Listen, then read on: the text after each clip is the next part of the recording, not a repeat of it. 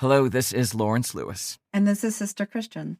Today is Friday, April 10th, 2020. This is the Producers Happy Hour. Two producers on opposite coasts reaching out to our filmmaking and live event community to hear your stories about how this pandemic has affected you, your life, and your work. Your stories let us know we're not alone. It's important for us to keep sharing our experiences and ideas. They're very helpful to all of us. Email us, or better yet, record a 1 to 2 minute voice memo and send it to producershappyhour@gmail.com. Just follow the instructions on our website, producershappyhour.com.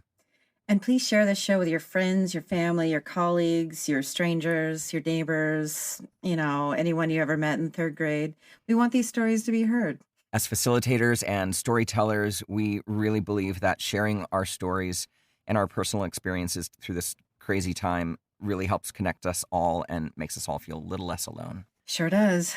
Yeah, and we need that right now. Christian, today we're speaking with award-winning filmmaker and TV producer Chris McKim. I know. I'm excited about this. Didn't he have a film get accepted to Tribeca this year?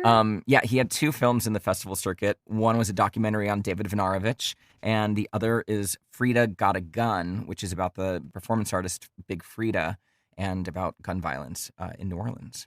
Everybody was disappointed when they heard when this started to happen because, they've worked so hard. The festival circuit is like the Olympics for athletes. It's like for directors, It's kind of like, they got accepted. And so I can't imagine what, on top of all of this, what else he's feeling. So I'm excited to talk to him. Most of his work is kind of documentary based. Again, a documentary filmmaker. I'm interested in hearing their perspective on everything that's happening and how it's going to affect their work going forward. And we should say thank you to yesterday's guest, Jason Walk from Spears and Arrows. We had a great discussion about how to make content under these quarantine times and moving forward. Oh, yeah. He definitely had some fantastic ideas and also seems to have a very solid plan. Yes. So, it was a great interview. Yeah. All right, Christian, it's the end of the week. It's Friday. We decided we're taking both Saturday and Sunday off. Oh, before we get into how each other are, what are you doing this week? Let's talk about something fun. Do you have any things scheduled for this weekend that are isolating? Nothing really. Self-isolating. Nothing really. Mm-hmm. Just hanging out. I'm out in Joshua Tree with Christopher, and we're just hanging out for the weekend. I'm hanging out here for, who knows how long, but just having a nice weekend. I still have other projects that I'm doing. I don't even think I told you this. I have that show, The Alone Experience. Yes. We've been doing a podcast. It started daily for 5 days, and now it's every other day or something to that effect. You have another podcast, Lawrence? I do. What are you doing? When do you sleep? No. I know. Okay. I don't know. That's a very artistic side project. It's an audio experience. That's fun. So I'm going to work on that this weekend. Well, as a friend of yours, I'd love to hear it. So if you want to send it to me, that'd be great. I will. Sorry, I've kept it a secret. I'm excited. And that's it. That's it. I can't go for walks because it's raining out here. But the isolation has begun to get deeper into my mind where I start to think about, like this is the great pause. Yes. And, how maybe Mother Nature needs a break. So, blah, blah, blah. And then like the pollution is so much less now. And I saw a great film by, I think it was just Australia. And I'm assuming there's some algorithm there because we've mentioned it a few times this week, but it came across my Instagram feed.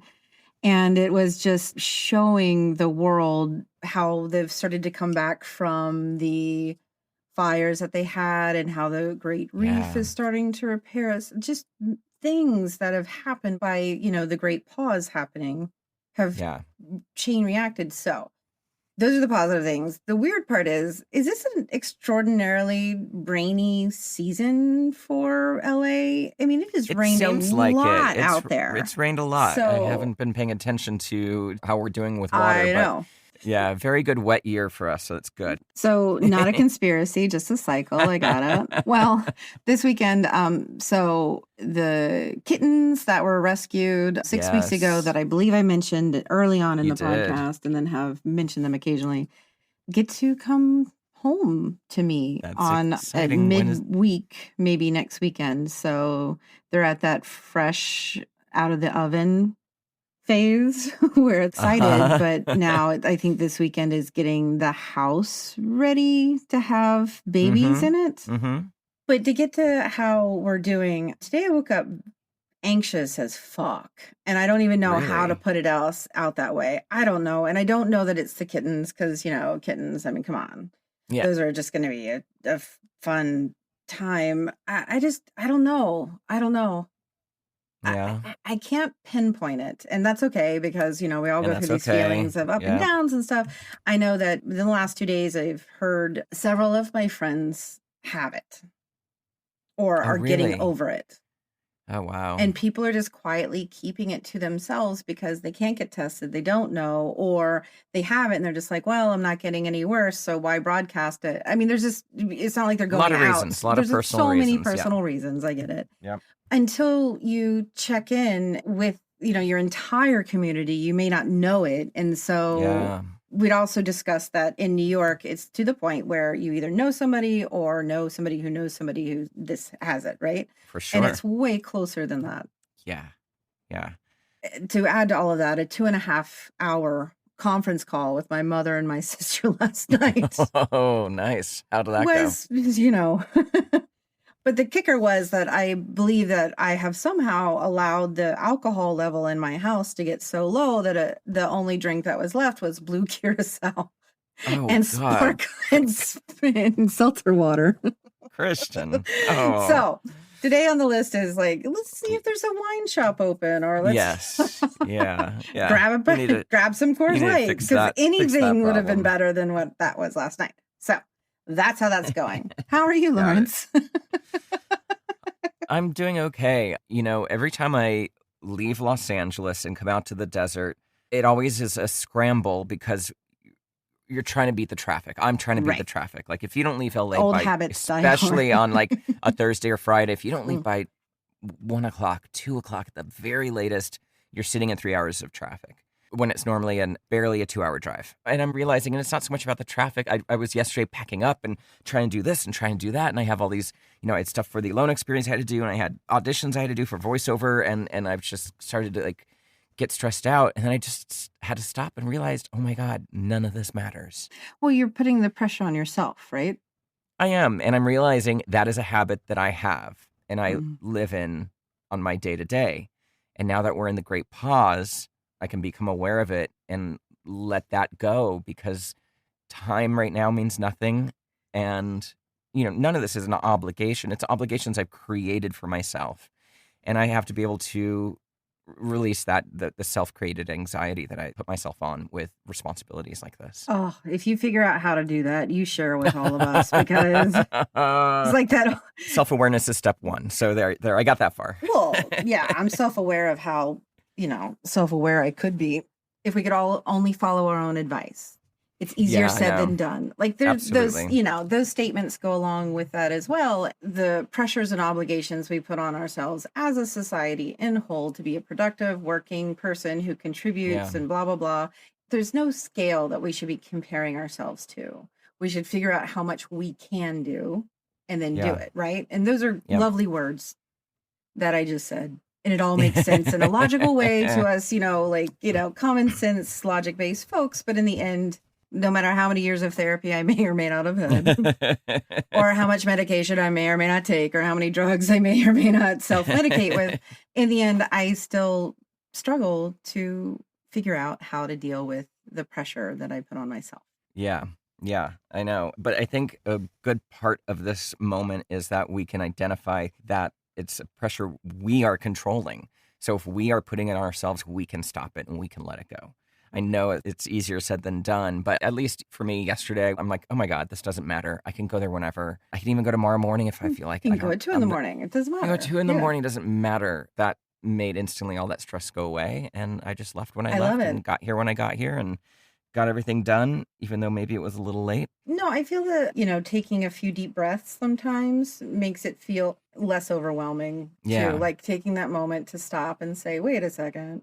Even though it's hard in the moment, because sometimes, I know it's true with me that I relish those times.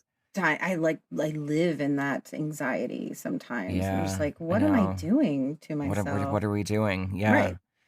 it's going to take longer to undo, or at least as much time to undo what we did, which has been years and years of pressure, right? Yeah. Yeah.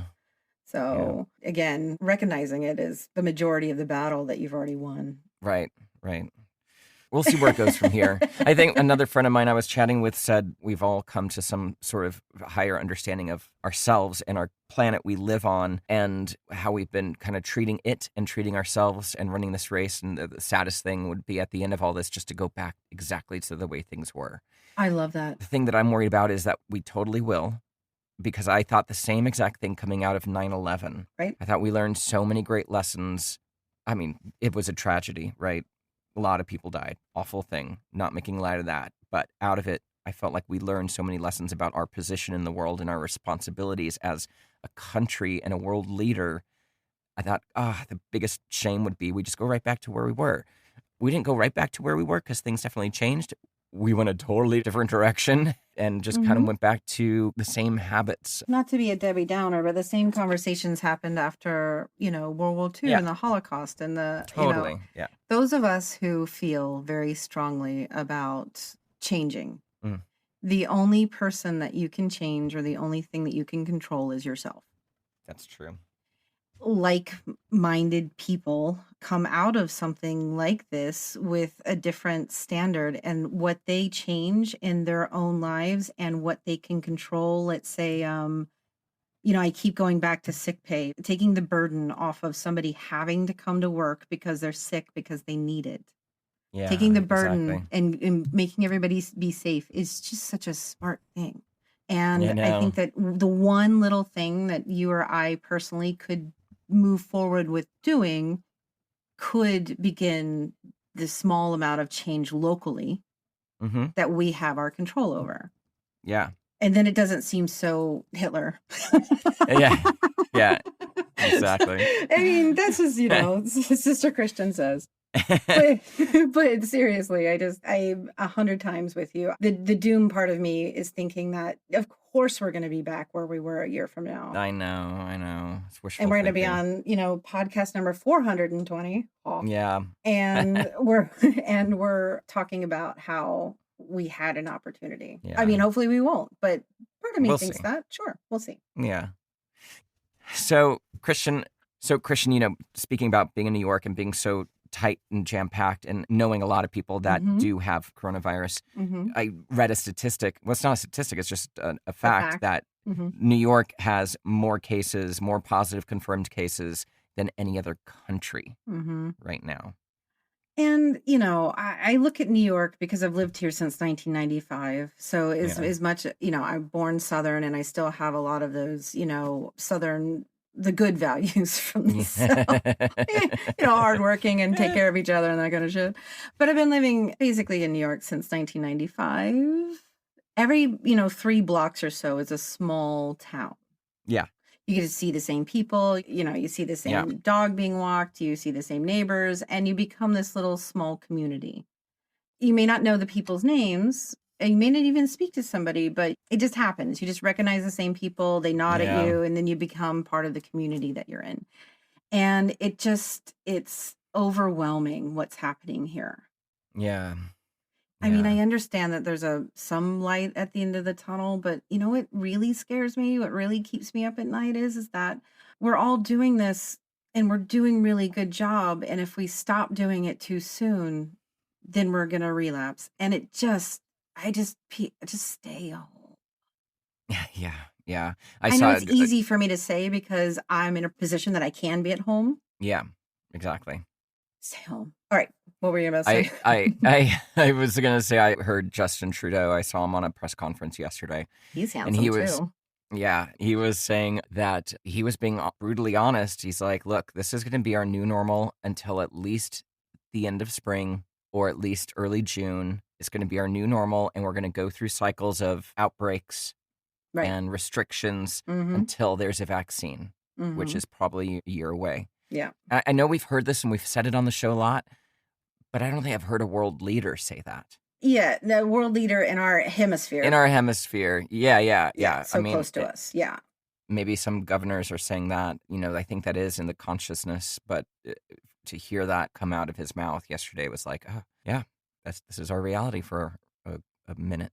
Yeah. And, I'm resolved.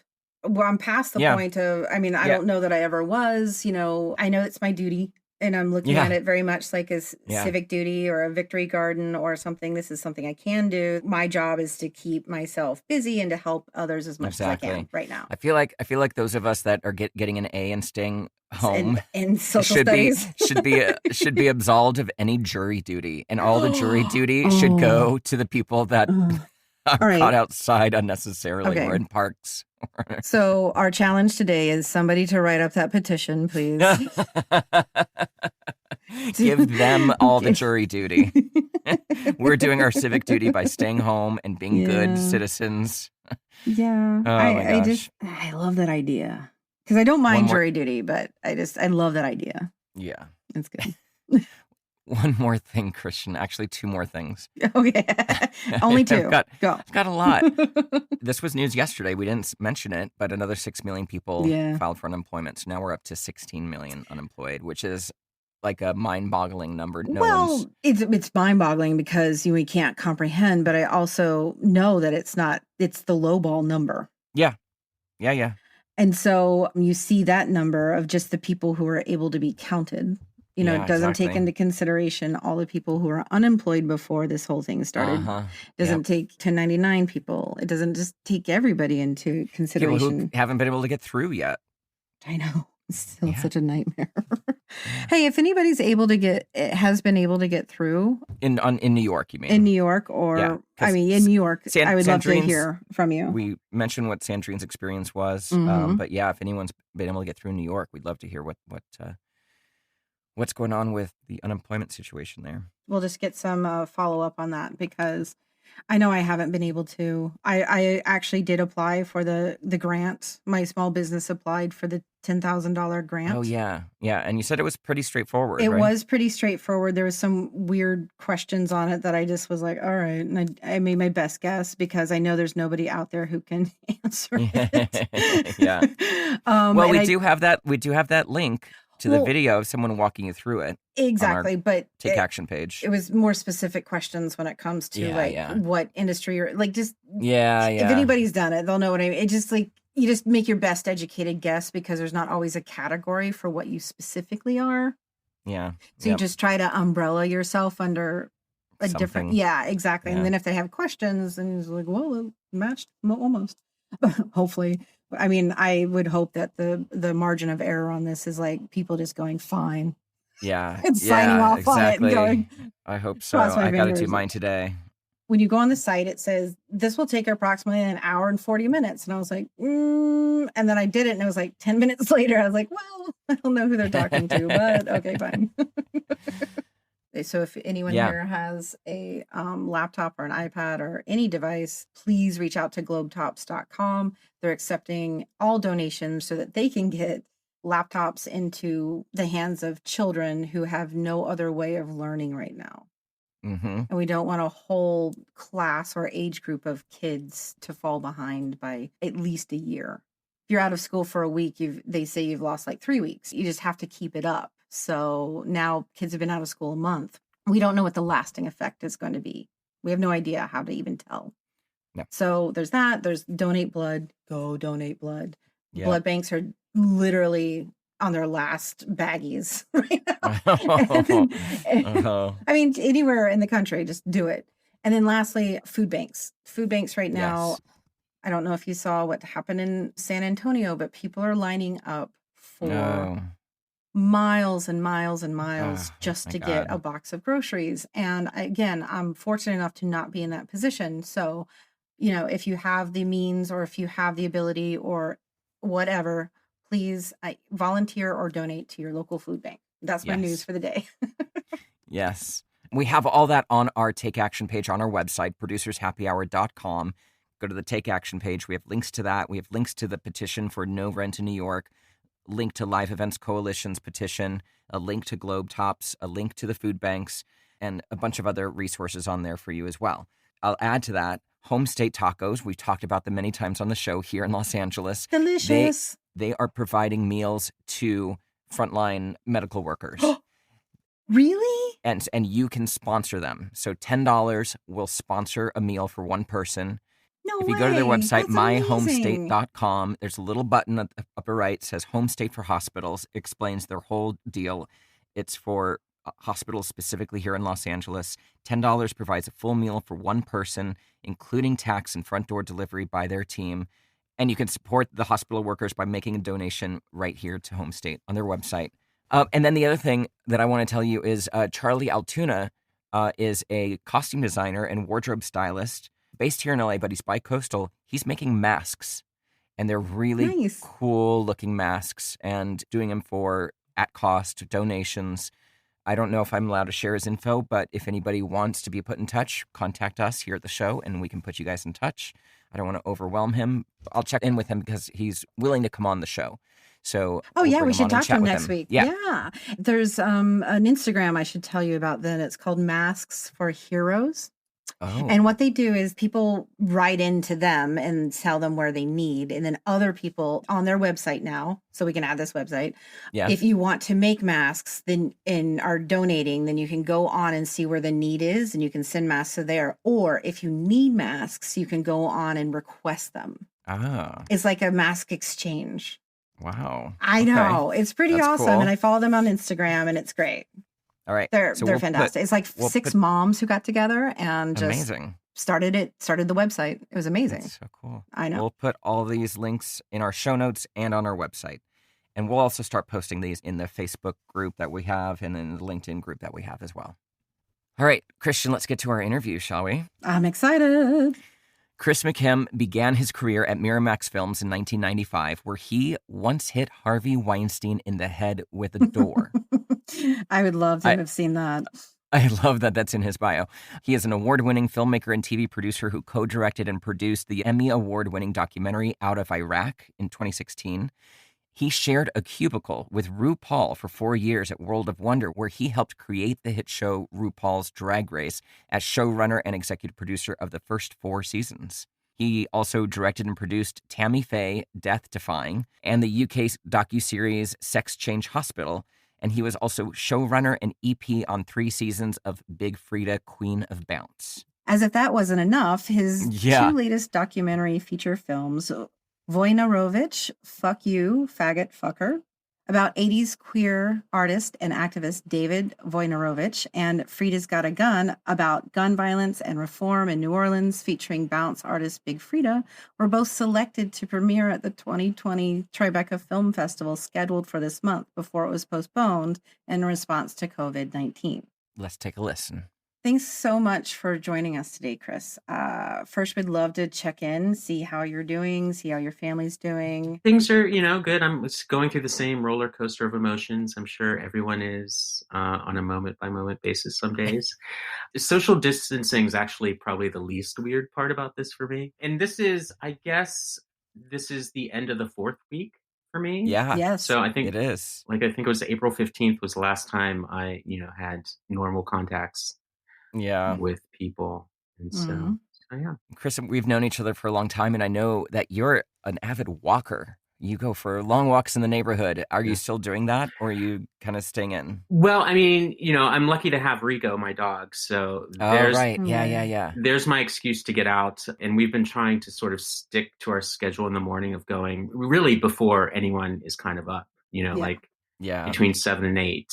But even with Rico, in the afternoon when I need to walk him, I still feel guilty. And I'm not even near people, So I have not really been doing the walking that has always kept me sane in the past. But I've gotten out. So, Chris, why don't you give us a little background about yourself and your career path and everything that was kind of leading up until now? I escaped the suburbs of Pittsburgh 25 years ago. I hopped on an Amtrak and moved to New York. I thought, I had a job. I was hired to work at Savoy Pictures. I don't know, if you remember with the Buffalo running. Yeah. And I moved the week they went bankrupt. Oh, so, perfect.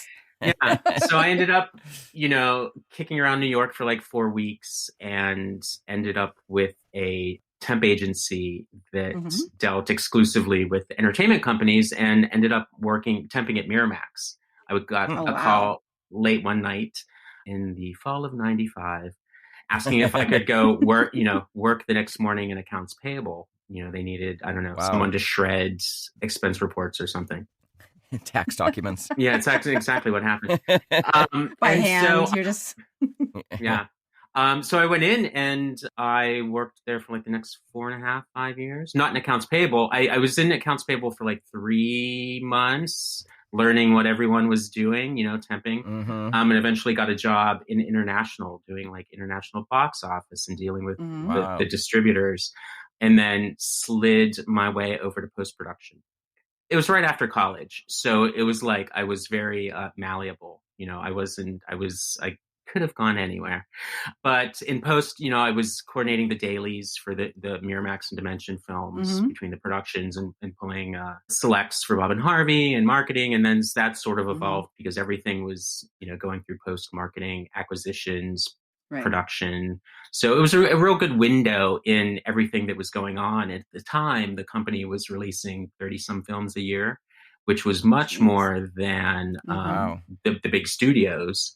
And they had already been bought by Disney and were just kind of really starting to make the most of that money. I think it was, I came in during the Il Postino, Mighty Aphrodite days. So it was before English Patient and all that. Yeah. Yeah, right. I mean, well, it just seems like I oddly enough started the same way through a temp agency at a production company. But I mean, not the same, but through a temp agency, right? Answering phones. And that's the most valuable information you can get is the background of how things run when you go out to start to do it yourself. Oh, yeah, for sure. And even with the accounts payable thing, which was, I loved it. I knew who everyone was in the company. I knew what bills they were paying for. I knew who had dinner with Jack Nicholson at Cannes that year. Like I knew everything. It wasn't. Yeah. Well, anyone you would expect. Exactly. Having access to that information is all valuable knowledge that you use going forward. Oh, yeah. No, absolutely. It was very informative. And it was, like I said, it was right after college. So it turned into grad school, and at the time, you never would have known, but like that was probably the best way to get in the company. And it seemed like most of the people had come through there as temps. It was a very young group of people working there, and it was not very big at the time. It expanded, while I was there, but I think they occupied like maybe 2-3 floors in Tribeca at the time, and sort of greatly expanded and contracted several times, over the next couple of years. And then I ended up in LA at Miramax. I had started editing. They had sent me to an Avid class and that sort of thing. So for quite a while, I was after Miramax editing stuff and various little projects. And along the way, I ended up at World of Wonder, where I sort of segued into producing and directing and all sorts of things. Jumping ahead till about 2.5 years ago, I started working on this documentary about the artist, writer, and activist David Wojnarowicz. Yes. I've been working on that for 2.5 years. 2 years ago, we started this documentary with Big Frida called Frida Got a Gun about gun violence in New Orleans. And, the impetus for that was Frida's brother was murdered in January 2018. And, I had known Frida since 2014. I had worked on 3 seasons of a show, long history with World of Wonder, well, both of us, long history with World of Wonder, which produced her Fuse show, Big Frida Queen of Bounce, which was no longer coming back. So that was sort of how that documentary evolved after her brother died, was to sort of kind of explore what's going on down there through Frida's experience and the people she knows and all of that. So the last 2 years, really, these 2 projects have been going on, sometimes simultaneously, sometimes not. And we were in the last 3 months really just finishing both films. And at the beginning of the year, both films, surprisingly, both got into Tribeca at the same time. So we were racing as the COVID-19 thing was happening. We were racing to finish both films. Both films were due at the they were both due at the festival April 1st. And so February, Tribeca, right? Yeah, Tribeca. And so, March 13th which is really like the last day I feel like I was in society. wasn't the first day I was on lockdown, but that was kind of like the last day we were, you know, it was like legitimately racing to finish these films. We were doing the QC for Wojnarowicz, and the festival, I think, postponed on March 12th. And so that's, you know, we were still had to finish the films, but the immediately pressing issue went away. Yeah, right. So, you know, the goal was they were both, so we are April 10th. Wojnarowicz was scheduled to premiere next Friday at the Cinema East Village Theater in New York City, 2nd and 12th, which, you know, Dave, there used to be lofts up on the second, and I think there's a third floor up there. David Wojnarowicz lived there the last 5 years of his life, and it's where he passed away. No way. He lived in Peter Hujar's old apartment loft, which was above there, and way back in the day, I don't know if it was immediately before Peter, but that's where Jackie Curtis had lived. So there's like this long storied history in this building. That's wild. And then Frida was scheduled to premiere like 2 days later. You sent us, thank you. You gave us a sneak peek at the trailers for both of these films that aren't out yet, and they're both very, very impactful. You've told me about working on them for quite a long time. So is it just like soul crushing that the premieres have been canceled or postponed, or we don't know what, in limbo right now? Very much in limbo. I've not really I mean, it is, but I've not approached it that way quite so much. I mean, I really, you know, when it was clear that following Monday that we weren't going to go back and lock, there's no way to know what's going to happen with the films in the short term. So there was, I kind of had to drop a safe on everything that I had been doing for the last 2.5 years, you know, and they were really all engaging. So I sort of, they're on hibernation. We're still kind of finishing Frida. We had like another day to lock, and then we were going to go through the queues online and mix and everything. And so they're kind of on hold. There's still some lingering work that we're doing, but I've not let it kind of get me down, because there's no way of, you know, it seemed too good to be true when they both got into Tribeca, and well, sure enough, you know, it's like if an accomplishment happens in the woods and no one, exactly, does it really happen? Yeah, of course. And you know, and with Wojnarowicz, it was scheduled to go to another festival immediately after, which that festival postponed before even announcing publicly. You know, that now matters even less than the festival that we're not screening it. Right. Yeah. But you know it. Yeah, exactly. How do you think this pandemic will affect you as a filmmaker generally? And it seems like what has happened up to now is beyond your control. So I can understand a bit of, you know, like, okay, there's nothing I could do about it. So, right. But how do you think you're going to move forward with these new experiences? Because before COVID and after COVID is how I'm kind of looking at everything that I'm doing right now.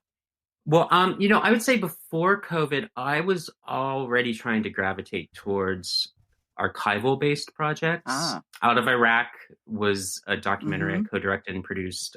Eva Ordner had started the project, and you know, that fundamentally was an interview between two people and all archive, war archive, and their own personal stuff. And that was really my first experience with that. And I loved it. I thought it was the greatest thing. It was just a great opportunity. And that kind of led to Wojnarowicz, which is entirely archival. You know, I did new interviews with Kiki Smith and Nan Golden and Fran Lebowitz and all sorts of stuff.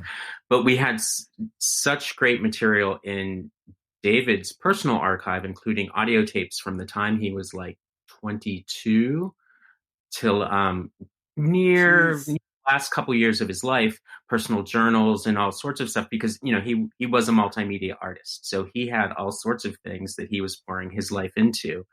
And so the new interviews we did were audio only. We did a little bit of shooting and then stopped that because, you know, the plan, we you know, decided to cover all the interviews and just make it a really kind of immersive world, because David was able to become such a character that I didn't want to keep cutting back to people 40 years older than they were when they knew him. So it's this really kind of immersive. Right. So in terms of pre and post COVID, I mean, obviously things will change narratively as a sort of creative storyteller. I'm staying the course. I'm trying to use this time to, like, we were finishing those projects. So I was about to hit that kind of lull in work and trying to figure out what I was going to do next. Now, the circumstances of trying to figure out what I'm going to do next are very different than what I thought they were going to be. But I'm telling myself that this is actually some kind of blessing in terms of the break, because we were racing so hard to get those 2 films done that I don't know what kind of like mental shape and like, I don't know if I was really going to be prepared to fully talk about these 2 films at once at this festival and be like presentable as a person, like, well, what are you going to do next? And, right. So, it's in that regard, I'm trying to use the time to find projects. And because I'm really gravitating towards this kind of like intellectual property archival thing, that can mean a lot of different things. That can be a lot of different avenues, but they are things I can research online. And, after doing 2 features simultaneously, I would love to do like another series, I would like to do a little more extended thing. I would love to do some kind of true crime, true crime. So there are avenues and ways that I can go down those wiki holes and try to find stories that interest me. And, I would say, if I wanted to make a film that speaks to what is happening right now, personally, the Wojnarowicz film is what I would try to make, because even back in August, I was saying, not entirely jokingly, that, I thought that the most political film of 2020 would be that film set in the 80s, because because David was a writer, so much of what he did spoke to social issues that have not gone away. The underlying, just as AIDS revealed what was already there in society, we are seeing now that COVID-19 is just like shining a light on like problems that exist. It's why the way it's affecting the Black population is disproportionate to in our prisons, to the numbers of people. And there's exactly, and there's a reason for that, and it's baked into the system. Right. I think instinctually what I want to do kind of naturally falls into this path of trying to shine a light on problems now, but using archive and old stories and history to do it. One of David's paintings, and it was the name of his Whitney retrospective a couple years ago as well, is "History Keeps Me Awake at Night." I mean, if that doesn't sum up what's going on right now, this was preventable, but it's certainly easy to get bogged down in the details of the social isolation and not knowing how we're going to pay our bills and how we're going to get from day to day. But blah, blah, blah. Blah, blah, blah. And at the same time, it's like, we can all relate, right? This is very much revealing what was already going on. Yeah. And you guys, issues. Yeah. And you guys have talked about this yourself, in past episodes. So yes, I've been trying to like spend time, find projects, things that I think to speak to now. I'm sure in the way that you guys have been talking about, like, months from now, there's going to be 10,000 scripts about, 10,000 screenplays about, exactly. I'm sure there'll be lots of projects speaking to what is happening now.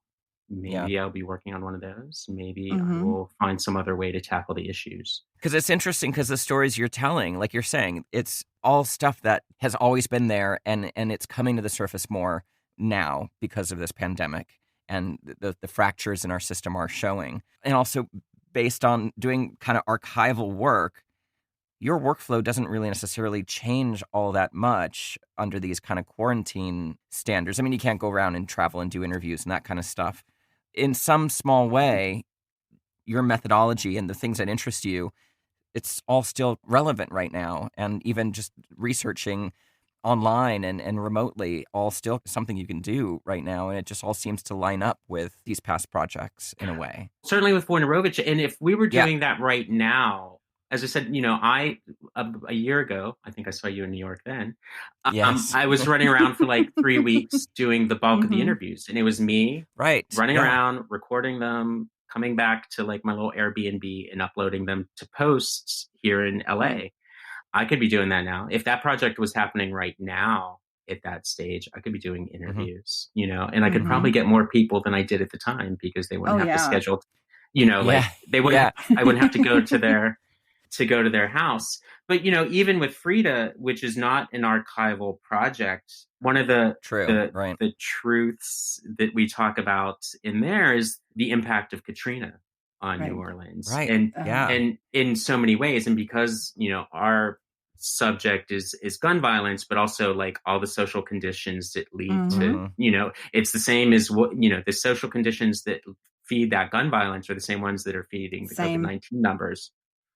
So they're oddly both, so relevant right now.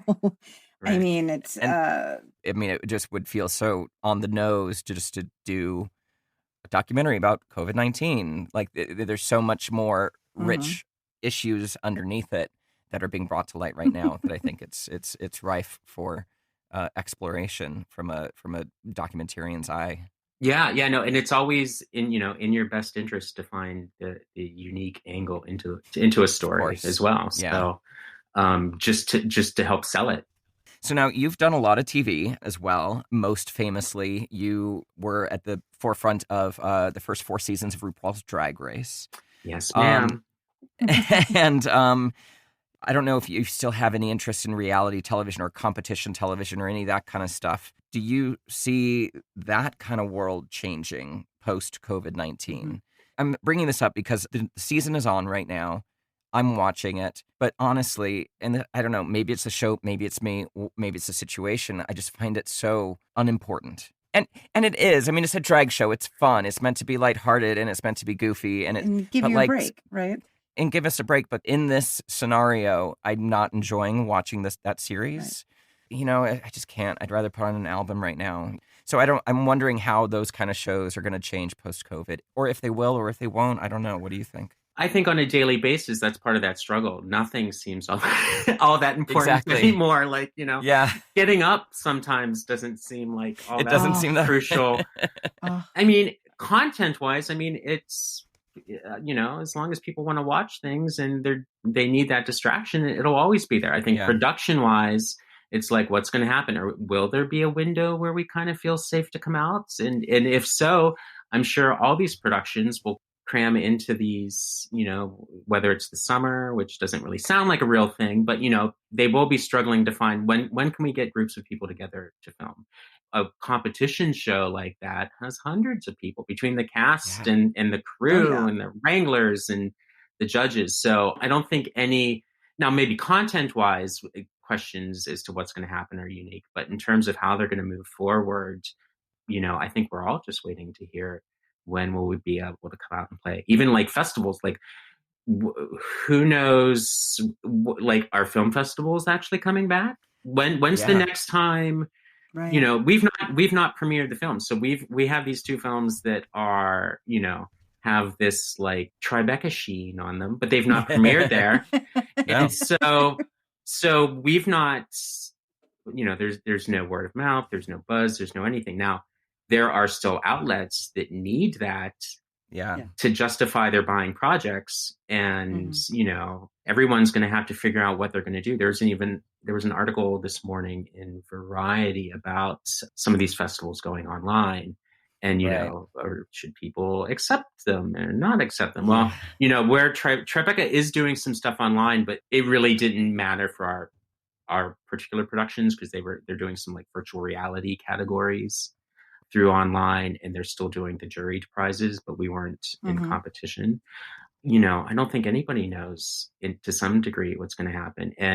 And some of these bigger fish, like outlets, are going to have to figure out, are they going to be able to trust their own judgment in terms of buying material if they can't, if films can't gain the buzz of a film festival to justify buying?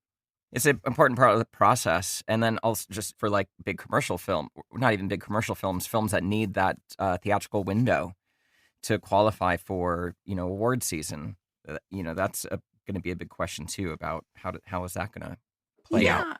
I mean, I have to say that we've adapted pretty quickly in the last month to what we feel is, and of course, everyone knows we hate the word normal, but we've adapted pretty quickly to how we think about, those types of things, and how the majority of us have already come to the conclusion that things are not going to go back to the way they exactly were before. I wonder if it's the fear that if you do go online with the festivals this year, that will just become the norm. Because people want, I mean, there's a need for content. I mean, Lawrence finished Netflix. So, all right, it's done. I got to the end. I just mean that people are I mean, Tiger King, people are watching everything right now, right? And the captive audience that you have more so now for the Tribeca film, the films that go to Tribeca, it's huge. Everybody's at home wanting to watch something. So what would be the downside of going online with the festival? Excuse my ignorance for not knowing that much about film festivals, but go on. Well, no, I mean, I think, and it, you know, I'm sure it's a film by film, case by case basis in terms of how those decisions will be made. But it's also what is the upside for putting your film on there to be watched by everybody all at once before it's sold? And I think that's the question for some people. Now, there are some films and shorts and all sorts of things that it may make complete sense for, you know, by all means. Yeah. Luckily, with these films, smarter people than me have their money involved in them, and they're making the decisions. So I'll never have to make that decision. You know, World of Thunder. World of Thunder. World of Thunder. I've been there. Yeah, no, World of Wonder. You know, World of Wonder paid for these films. They're working with Cinetic. They were already working with Cinetic to sell them. So here are a bunch of people who do this for a living in that regard. I got it. Figure out I understand how to get, if that support wasn't there and those eyes weren't on what's going to happen next, I would certainly be scrambling a lot more in terms of trying to figure out what to do with them. But at the end of the day, all I can do is hope that it will work out. I mean, the films will certainly get their day. There's you know, no doubt about that. You know, Wojnarowicz is the one that's probably a little trickier without any buzz because he's a semi-known commodity to people, you know? Right. And that one, it seems to be the most relevant right now, you know? Yeah. You know, there's a lot, it is in many ways big and small. You know, a big message of that film too is, you know, in exploring David's art and his work, one of the things he says is that, you know, as artists, if the work that we do doesn't contribute to the resistance, it's helping a system of control become more perfect, you know. And I think, you know, for listeners of your show, as a bunch as we are as creatives and you know, people trying to figure out what to do next and find their project, you know, always be thinking of ways to chip away. And now we have, you know, not everybody has a lot of free time. Some people are, you know, trying to, you know, manage the children and everything else. Like you as an artist, exactly what you're saying, like sitting there in your apartment, trying to figure out what to do next when we don't know what next looks like. How are you getting through? And do you have any, you know, thoughts of how the film production community out there, artists, filmmakers, people, grips, can just make it through this strange limbo time that we have, the great pause we've been calling it?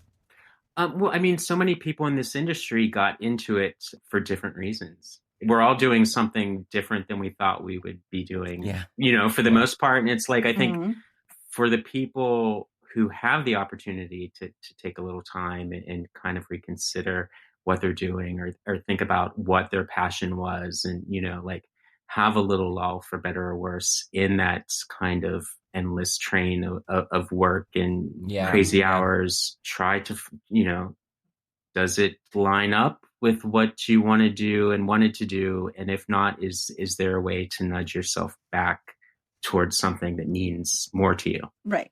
For some people, that might be as much as we can do at this point, you know, like, because we are in lockdown. When, you know, when you're told that, you know, just staying at home is making a difference, you know, try to use that time to your advantage.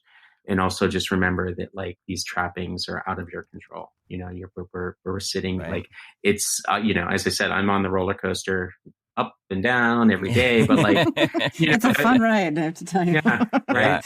But you know, that one of the small comforts is like these moments may mirror past bad moments in our life in isolation or depression, but like these are outside of us. You know, these things are outside of, as someone just said, you know, out of our control. And just always try to pull your focus, you know, find your guiding stars, big and small, like whether it's creative or, you know, trying to make a change and do the things that, you know, have come up on the podcast in so many ways in the last few weeks, and just try to go in that direction, those directions when you can. I think that's how we start every morning. Is like the refocus of figuring out like, okay, how am I feeling today? And then allowing myself to feel it and then going from there. So, well, we have one more question for you, Chris. What are you looking forward to once this is all over? Simple as walking your dog for like 8 miles somewhere, or as involved as brunch in Silver Lake? Like, what are you looking forward to?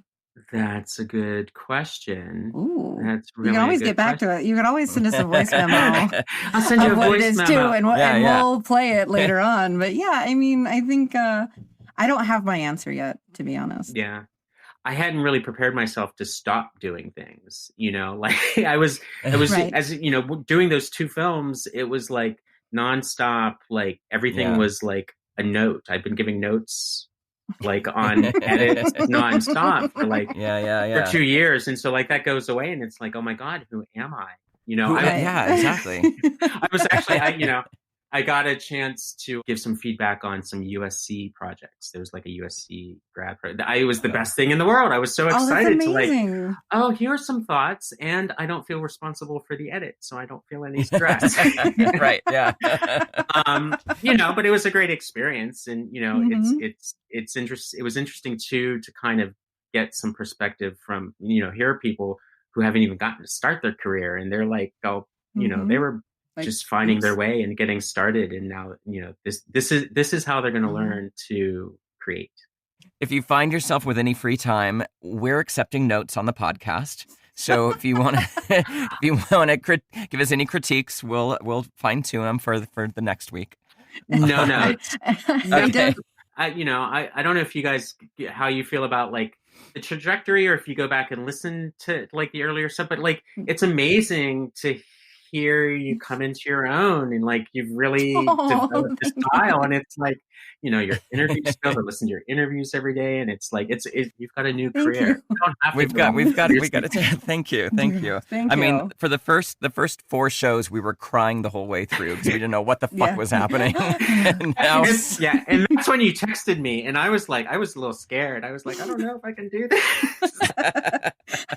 I know, like it really is a phone call that Lawrence and I have together, and people just seem to listen into it. It's like a party line. Yeah.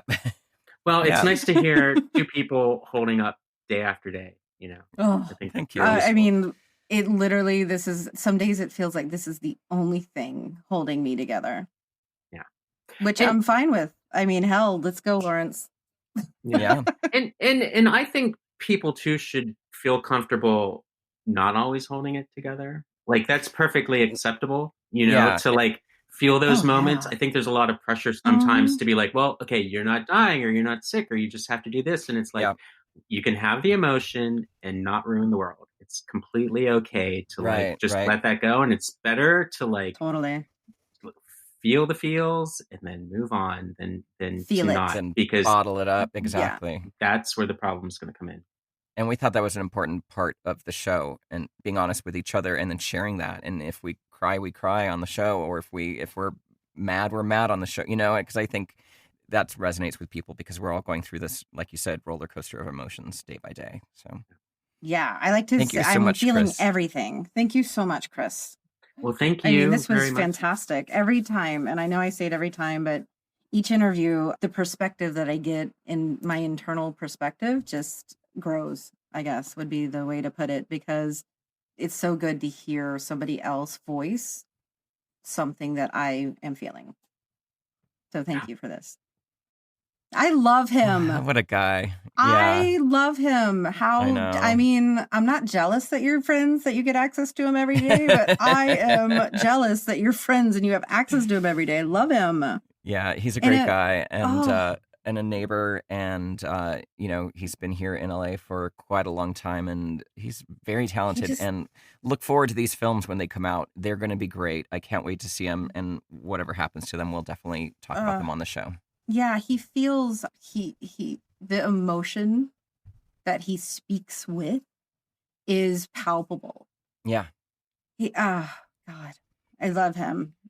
as you said, and as a good documentary filmmaker should be able to point out, is that this experience that we're going through really shines a light on some of the long-term problems that we have in our society. And just kind of like what Sandrine was saying, it's like, yeah, these problems have always been here. Now we're really seeing where the system falls short, where things fall through the cracks. It's all being exposed.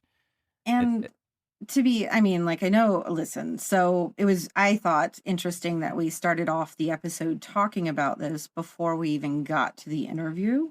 Because it's kind of like, the tie-in was crazy, but I think that he made me realize exactly what I think's getting me down today. And it's because what's getting me down is the thought that society will forget about what's happening now. Yeah. And because that's what has happened. People have forgotten about 9/11. They've forgotten about the Holocaust. They've just forgotten about Vietnam. Like, it's just when a generation goes, and now it seems like it's so much more rapid because we're in the technology age and our memories are so short right now. Yeah. And that's what's getting me down today, is the little bit of a helpless feeling that society will forget what's happening. So we have to do whatever we can to remind them. Yes. Yeah. And I love what he said, find your guiding star, big and small. I know. So, I meant to ask him if he's got a little, 1 minute long script that he'd like for me to there you go. put to kittens. I would love to I'd love to work remotely with him on that. Yeah, you should hit him up. I want to see what that looks like. I know. I'm very excited about it. It may be a shit show. It may not. We'll see. All right, everybody. That's it for today. Find your guiding star, big and small. Stay safe, stay connected, stay active, and please, please, please stay home. Don't forget to wash your hands. Don't touch your face. And please wear a mask if you do have to go outside on one of those important errands that you have. Be sure to send us your voice recordings or your emails to producershappyhour@gmail.com. Lawrence, how do people reach you directly? You can reach me at lawrencetlouis.com. or for voiceover work, voiceoflawrence.com. Christian, how do people get a hold of you? sisterchristianproduces.com. All right. So have no a good show weekend, tomorrow. everyone. Yeah. Have a good weekend. Yeah. We will see you on Monday. Yeah. Bye.